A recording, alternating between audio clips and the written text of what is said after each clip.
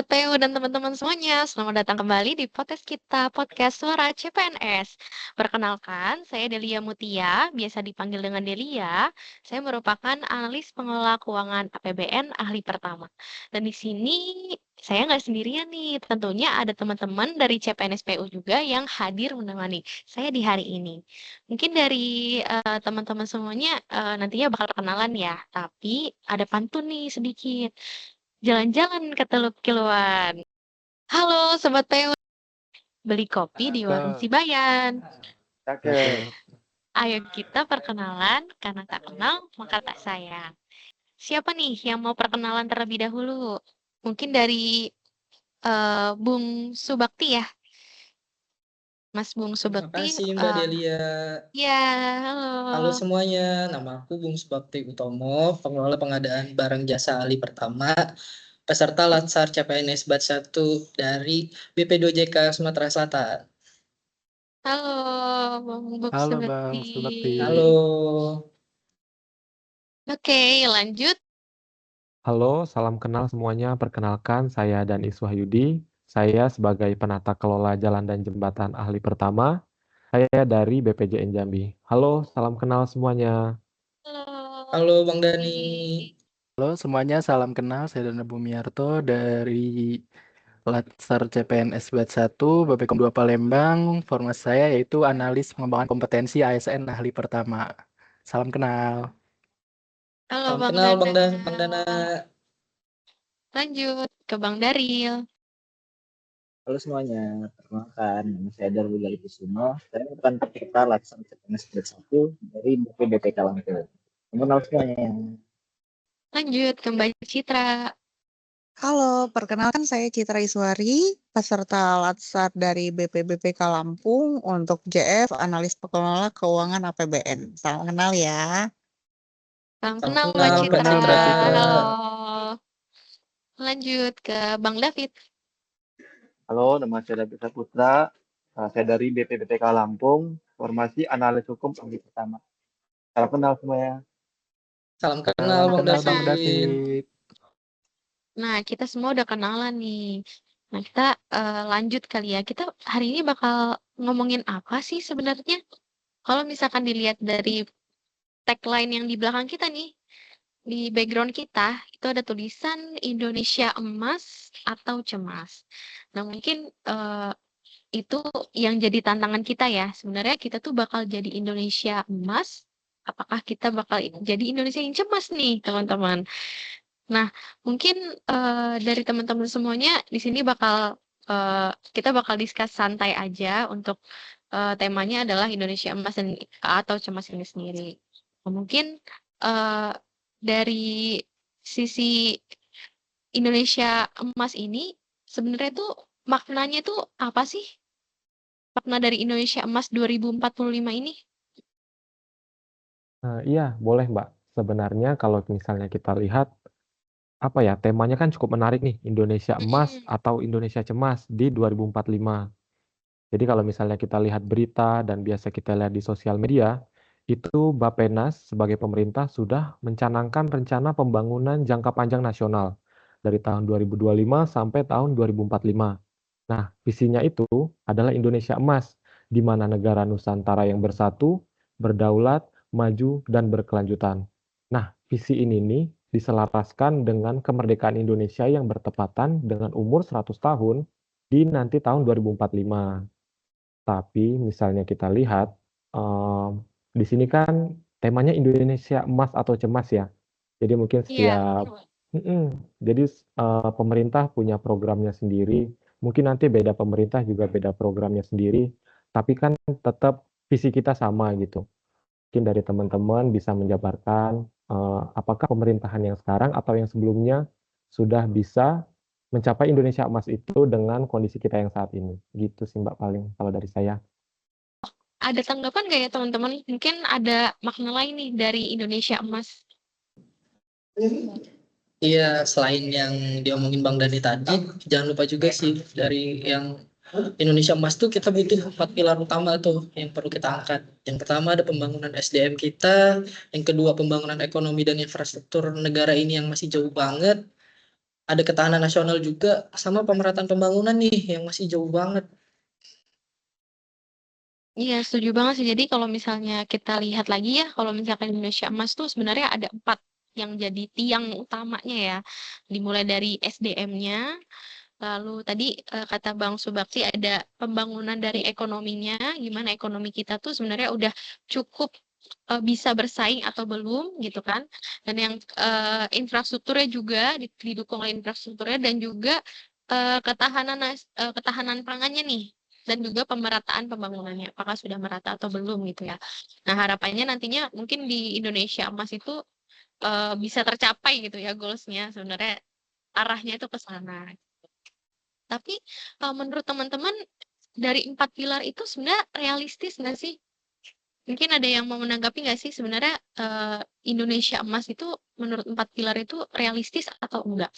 Mungkin dari Mungkin gini Bang, sih Kak, gimana boleh? boleh jawab Kak. Mungkin gini, kalau yang realistis itu sebenarnya belum sampai ke kata-kata realistis. Kalau potensial mungkin iya, karena kalau misalnya ngelihat dari infrastruktur yang ada sekarang itu kayak di Pulau Jawa itu udah jalan tolnya kan sudah menghubungkan dari barat ke timur tuh pakai Trans Jawa ya. Nah sekarang juga lagi Setuju. gencar-gencarnya untuk nah sekarang lagi buat pembangunan juga di Pulau Sumatera itu sekarang lagi membangun Trans Sumatera. Jadi kayak progres juga sekarang kan Lampung dan Palembang udah bisa connect tuh ya. Nah, Berarti infrastruktur memang juga udah mulai ini ya. benar, tapi masih Hmm. memang masih dalam proses. Nah, kalau misalnya kayak kita ngelihat dari aspek yang lain juga, itu kayak di Jakarta Selatan kan itu sekarang ada tempat eco park tuh yang kayak green open space gitu. Nah, itu juga emang buat rekreasi bisa. Di sana juga kayak kan ada rules-rulesnya juga tuh kayak buang sampah harus pada tempatnya dan lain-lain itu kan bisa jadi tempat edukasi juga kalau misalnya keluarga yang punya anak kemudian bawa anak-anak ke sana buat happy tapi bisa juga edukasi gitu sih kan. Setuju sih, setuju. Atau mungkin dari teman-teman lain ada nggak sih sebenarnya kekhawatiran? Sebenarnya ini tuh realistis nggak sih? Ada nggak yang punya tanggapan, oh kayaknya untuk 2045 kita belum bisa deh gitu. Mungkin ada tanggapan lain nggak nih teman-teman? Izin menanggapi ya Mbak Delia. Iya boleh silakan. Sebenarnya sih optimis ya bisa. Cuman di saat yang bersamaan skeptis juga sih. Bisa nggak sih Skeptis kira-kira ya. Indonesia ini nih sampai jadi Indonesia emas? Pertama, kalau kita tarik nih dari segala permasalahan utama untuk mencapai Indonesia emas tuh dari SDM kita dulu aja deh. Itu masih jauh banget kan. Terus pembelajaran, kesenjangan sosial, itu semuanya itu dimulai dari pendidikan. Balik lagi ke awal ke sumber daya manusianya. Jadi sebenarnya muaranya tuh SDM ya di sini ya. Iya Jadi sih. sebenarnya kalau misalkan infrastruktur bisa aja nih kita asalkan ada dananya ya itu bisa aja terus dibangun gitu.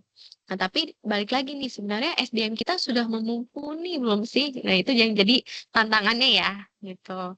Mungkin kalau buat nambahin Bang Subakti tadi benar kalau Bang Subakti salah satu tantangan terbesar itu ada di SDM-nya yang kayaknya kalau kita lihat di belakangan ini tuh ada yang sempat viral juga tuh kayak anak sekolah yang mungkin udah SMP atau SMA bahkan untuk pembagian sederhana tuh belum bisa gitu kan. Nah, berarti kan ini dipertanyakan gitu kualitas pendidikannya SDM muda ini tuh gimana untuk melanjutin pembangunan negeri ini gitu. Apalagi cita-citanya kan Indonesia Emas 2045. Berarti kan generasi-generasi muda ini yang nantinya akan terusin pembangunan dan cita-cita ini gitu kan. Nah, di samping itu mungkin tantangan terbesar juga tuh ada di tantangan tuh. Nah, jadi tuh menurut Badan Pusat Statistik pada tahun 2024 itu tuh Indonesia tuh masih mengimpor 2,53 juta ton beras dan juga 4,55 juta ton gula tuh pada tahun 2023. Nah, selain itu juga kan di situ tuh terjadi alih fungsi lahan pertanian. Nah, yang dimana sebenarnya itu tuh bisa support banget untuk ketahanan pangan Indonesia ini gitu. Dari 7,46 juta hektar lahan sawah di Indonesia itu pada tahun 2023 659.200 hektar itu dialihfungsikan untuk tujuan pertanian. Faktor-faktornya bisa banyak. Jadi kayak ada industrialisasi, urbanisasi, dan kurangnya pendekatan hukum juga termasuk dalam faktor ini gitu. Kayaknya Bang David udah greget banget mau ngomong nih, mau nyampein aspirasi kayaknya Atau nih. Bang David nih. Kayak untuk mohon izin menanggapi itu kayaknya untuk kenapa alasan gitu untuk tidak bisa mencapai Indonesia Emas itu adalah SDM mungkin sedikit kurang tepat ya karena pemerintah sekarang pun lagi giat-giatnya membangun SDM di mana bisa kita lihat tuh di anggaran APBN situ sekarang udah 20% dari APBN itu dialokasikan untuk pendidikan. Kalau untuk 2024 saya dapat datanya itu anggaran pendidikan mencapai 660 triliun. Nah, jadi angka ini jauh lebih tinggi daripada tahun sebelumnya. Dan sekarang pun udah banyak program-program pemerintah untuk mendukung menuju SDM yang tercerahkan itu. Seperti ada KIP, ada beasiswa LPDP, ada peningkatan kualitas guru, kayak ada program pelatihan, sertifikasi, dan peningkatan kesejahteraan guru. Sama kayak sekarang dan dalam beberapa tahun ke depan pemerintah Indonesia sekarang lagi mau membangun 1.000 sekolah di seluruh negeri. Jadi kayak untuk mencapai Indonesia emas kita sudah bisa optimis untuk mencapai di bagian SDM-nya. Jadi insya Allah di 2045 SDM-nya cukup lah ya Bang ya sampai. Semoga. Kalau kementerian dan jajaran di bawah itu bisa melaksanakan program-program ini dengan baik karena visi misi Indonesia Emas tuh udah disediain roadmap-nya dari awal kan sama Pak Sugianto. Oke Bang David, Berarti kalau misalnya secara infrastruktur untuk pendidikan tuh udah oke nih, sudah menunjang untuk Indonesia Emas 2045 gitu. Kita katakan kalau misalnya kita punya SDM yang bagus gitu, kayak yang Bang David tahu sebelumnya mungkin ada kan kabur aja dulu tuh. Nah yang dimana sudah jelas sekali bahwa yang melakukan hal ini tuh bukan SDM yang sembarangan. Yang rata-rata mereka tuh merupakan SDM yang memiliki kualitas tinggi gitu. Kenapa milih untuk keluar? Mungkin karena kesempatan-kesempatannya tuh lebih besar di luar sana gitu. Nah gimana tuh? Bukankah ini jadi tantangan juga nih jadinya malah? Kalau misalnya itu kita melihat, oh ya izin menanggapi ya Bang, sebentar ya Bang. Silakan Bang Ben. Kalau misalnya kita melihat, ini kan target jangka panjang ya, 2025 sampai 2045. Nah, kalau kita lihat pemerintahan yang sekarang ini kan sudah mulai sesudah mulai programnya itu dari pendidikan dasar, di mana mereka melakukan program sekolah rakyat. Selanjutnya untuk siswa yang kurang mampu, kita berikan makanan bergizi gratis. Nah, sebenarnya dari pemerintahan yang sekarang itu sudah mulai dari pendidikan dasarnya dulu. Jadi dimulai dari generasi yang paling mudanya dulu untuk mempersiapkan tahun 2045.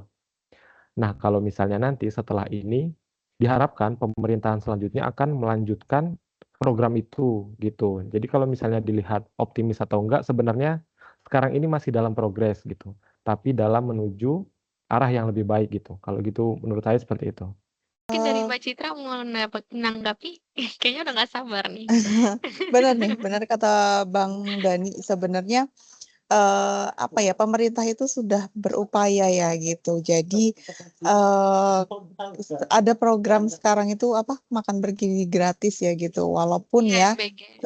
walaupun ya banyak pro kontra, terus banyak kita lihat juga plus minus di sana sini. Tapi kan ada usaha lah gitu dari pemerintah itu untuk memberikan asupan nutrisi yang cukup ya, diharapkan cukup bagi anak-anak usia sekolah, supaya mungkin dengan gizi yang cukup itu akan menunjang nutrisi ya mereka untuk belajar yang nantinya gitu. Diharapkan mereka inilah yang mungkin akan meneruskan ya, kalaupun misalnya tidak tercapai di 2045, ya kita harapkan akan tercapai lah gitu.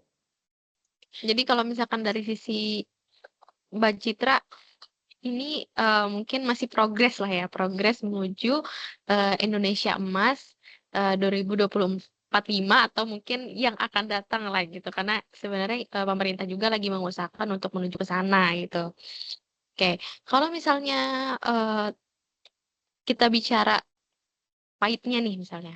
Kalau misalnya kita gagal nih, misalnya kita gagal Indonesia tuh nggak jadi Indonesia Emas di next nih. Justru malah jadi cemas gitu. Karena, kalau misalkan tadi sempat dibahas ya, ada beberapa, teman-teman atau adik-adik kita yang duduk di sekolah SMP yang mana notabene harusnya sudah bisa baca, tulis, dan hitung, tapi, dia belum bisa nih untuk berhitung kali-kalian. Nah, itu merupakan suatu kecemasan juga kan ya, karena kan nantinya mereka juga yang bakal ngelanjutin, mimpi Indonesia Emas itu gitu kan di beberapa tahun yang akan datang. Nah, kalau misalkan Indonesia Emas ini gagal, menurut teman-teman, itu konsekuensinya gimana sih? Mungkin ada yang mau nanggepin nggak? Ya, kalau misalnya gagal balik lagi ya, rencana.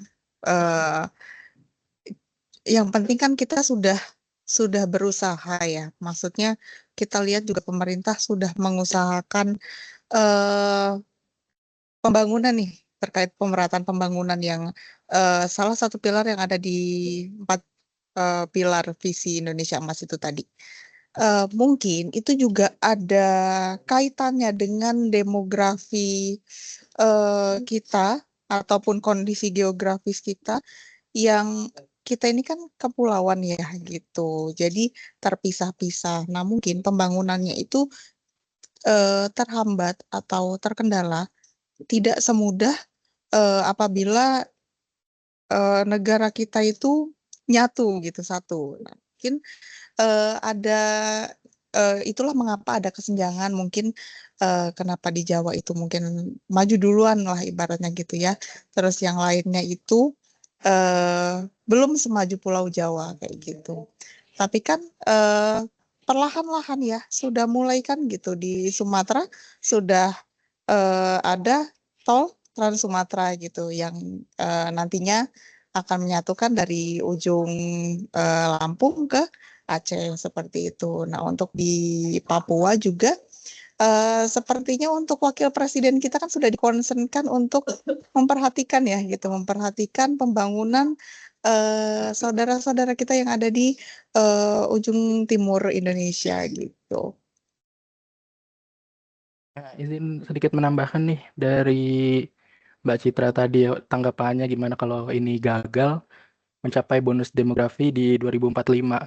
Memang namanya ini visi dan juga rencana bisa ada yang namanya gagal. Tapi kan sebaiknya itu dicegah ya. Buat rencananya tuh plannya dari A sampai Z gitu. Nah, pemerintah hadir sebagai regulator di sini tentunya harus memastikan itu bahwa visi ini tuh tercapai gitu. Kalau bisa 99%, 99,9% keberhasilannya. Zero mistake lah. Cuman memang kalau ini gagal, ya bukan berarti serta-merta negara kita hancur, bukan begitu juga. Cuman memang Indonesia akan kehilangan kesempatan emasnya nih buat dapet bonus demografi di mana usia produktif angkatan kerja itu tidak terserap secara maksimal dan juga gagal menaikkan taraf hidup masyarakatnya dari kelas menengah menjadi kelas menengah ke atas dan juga kelas bawah nih gagal naik juga ke kelas menengah. Nggak hanya itu, Indonesia juga bakalan gagal untuk bisa gabung fight dengan negara-negara besar lain di tingkat global. Jadi akhirnya kita jadi negara-negara yang bisa dibilang ya mohon maaf ya mediocre lah. Kita jadi negara yang biasa-biasa saja, tetap di kelas menengah ke bawah dan juga industrialisasi juga yang kita miliki ke depannya nggak akan mengikuti negara-negara maju yang industrinya kebanyakan bergerak di bidang teknologi, tapi kita bakalan tetap bertahan nih di industri-industri padat karya yang memberikan upah lemah, upahnya murah gitu kepada masyarakat. Nah, jadi itu sih menurut saya kalau Indonesia gagal memanfaatkan bonus demografi di 2045 ini memang tidak membuat Indonesia hancur. Semoga ya. Cuman kita akhirnya gagal lah untuk maju ke ranah global. Kira-kira itu sih, seperti itu untuk tambahannya. Jadi bisa disimpulkan ya Bang Dana ya. Jadi gagalnya ini bisa aja sih kalau gagal berarti Indonesia ini jadi negara yang produksi aja ya, kayak nikel tuh Benar, Betul. produksi di Sulawesi itu tapi barang jadi dioper ke luar negeri kita impor lagi kan. benar Bang. Dan Berarti juga kalau worst ujung-ujungnya case-nya gagal bahaya banget ya sebenarnya. benar bahaya banget dan juga ujung-ujungnya kita juga cuman jadi negara yang dianggap cuman sebagai pasar aja karena dilihat masyarakatnya nih konsumtif kan, cuman konsumsi aja. Akhirnya kita nggak bisa inovasi, investor juga nggak mau masuk. Ujung-ujungnya yang masuk investor-investor yang gerak di bidangnya yang tambang, yang merusak alam dan lain-lainnya lah, industri padat karya lah. Jadi intinya sumber daya kita emang diambil, tapi ya itu kita nggak dapat manfaatnya gitu kan ya. Tuh. Kayak mungkin dari teman-teman lain ada yang mau menanggapin nggak? Gimana? Ya itu sih Kak, kembali lagi ke generasi kita sih harus memutus rantai ketidakbijaksanaan. Jadi segala kekayaan alam itu kita gunain lah untuk rakyat kita sendiri. Ya kan banyak-banyak liga korupsi itu yang lagi ramai juga kan dibicarain. Bener.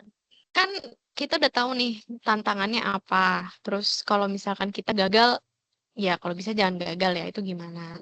Nah, sekarang PR-nya nih, gimana sih buat ngecapai cita-cita kita nih, cita-cita kita untuk jadiin Indonesia emas, menurut teman-teman semua, itu gimana cara kita untuk menuju ke sananya gitu? Apa aja sih yang perlu kita siapin gitu? Oh, Bang David mau coba nanggepin tentang Ya, apa aja sih yang perlu disiapin gitu? kan dengan apa yang diterangkan Bang Lana tadi kan kita punya suatu yang spesial lah, bonus demografi kita tuh di atas 60% ya, di mana itu angka usia penduduk produktif kita itu lumayan tinggi, sekitar 70% dari total penduduk Indonesia di tahun ini ditargetkan. Menurut saya sih eh, kita bisa memanfaatkan itu dengan kan kita bisa menjadi pasar untuk kita sendiri. Kita yang memproduksi, kita menjadi pasar juga karena kita lumayan punya pasar domestik yang besar, di mana kita penduduk Indonesia sekitar 280 juta jiwa. Nah, artinya produk-produk kita pun bisa laku di sini tanpa harus jauh ekspor. Jadi kita bisa bersaing dengan produk luar gitu. Dan kita bisa untuk memanfaatkan sumber daya alam kita untuk dari nikel, bauksit, batu bara, minyak sampai hasil laut. Nah, sekarang kan pemerintah tuh lagi gencar-gencarnya hilirisasi. Ya nggak apa-apa kita ekspor barang mentah nggak apa-apa. Karena kita emang belum punya kemampuan untuk mengolah sendiri tanah kita gitu. Ketika kita cuma mampunya untuk mengolah barang mentah ya kenapa nggak itu kita maksimalkan dulu aja. Gitu. Benar-benar setuju banget tuh, hilirisasi ya. Jadi apa namanya, barang yang kita proses itu bisa meningkat gitu ya harga jualnya ya Bang David ya. Sama Benar. nasionalis mungkin ya gitu. Jadi apa namanya, seperti yang tadi Bang David bilang ya, gimana kalau misalnya barang-barang kita itu ya kita yang konsum sendiri kayak gitu. Jadi jangan takut nggak ada pangsa pasar, ya kita sendiri lah pangsa pasarnya gitu. Izin menambahkan juga nih, tadi kalau ditanya gimana caranya, sebenarnya pemerintah nih sekarang juga udah mulai komitmen, di mana kita udah mulai membangun swasembada pangan dan juga swasembada energi. Pemerintah juga udah mulai fokus nggak cuma dari energi-energi yang nggak bisa diperbarui kayak minyak dan batu bara, tapi sekarang kan udah mulai fokus tuh manfaatkan geotermal, tenaga surya dan lain-lainnya yang dimana renewable energy ini menurut saya sih masa depan ya. Jadi kalau kita Indonesia berhasil manfaatin peluang itu kayaknya aman sih buat 2045 ya. Dan juga kalau pangan nih, pertanian nih Indonesia juga lagi gencar-gencarnya ya. Memang tadi Bang Daril kan menyebutkan kan banyak lahan pertanian yang dialihfungsikan jadi industri dan segala macam. Tapi sekarang sih lagi dikebut lagi juga nih buat memulihkan itu yang sebelum-sebelumnya udah dirubah nih. Kayak gitu sih kayaknya. Jadi kedepannya harusnya kalau memang komitmen pemerintah sebagai regulator ini serius, harusnya kita bisa sih mendapatkan bonus demografi di 2045. Nah, bener banget tuh Jadi Bang Dana. Karena sebenarnya kan power kita sendiri itu kan karena kita negara agraris ya. Nah, komoditas ekspor kita tuh kan banyak banget juga tuh. Kayak ada kelapa sawit, ada kopi, teh. Yang sebenarnya itu tuh bisa jadi nilai jual untuk kita juga gitu loh untuk mengangkat perekonomian. Nah, selain itu juga kan kita ini negara kepulauan. Lautnya kaya juga isinya, kayak ada ikan-ikannya apalagi tuh. Makanya ada kayak lobster itu juga bisa kita ekspor, udang dan segala macam. Termasuk juga yang tadi tuh yang soal hilirisasi itu kan hasil pertambangan tuh kita tuh. Nah, itu juga menjadi nilai jual lah untuk negara kita kalau bisa dikelola dengan baik. Setuju, setuju. Setuju sih. Kalau misalnya kita bisa kelola dengan baik, insya Allah Indonesia emas ini bakal bisa lah kita raih gitu ya. Nah, terakhir closing statement nih. Closing statement pesan buat kita, buat teman-teman yang nonton ini, buat adik-adik yang nonton juga.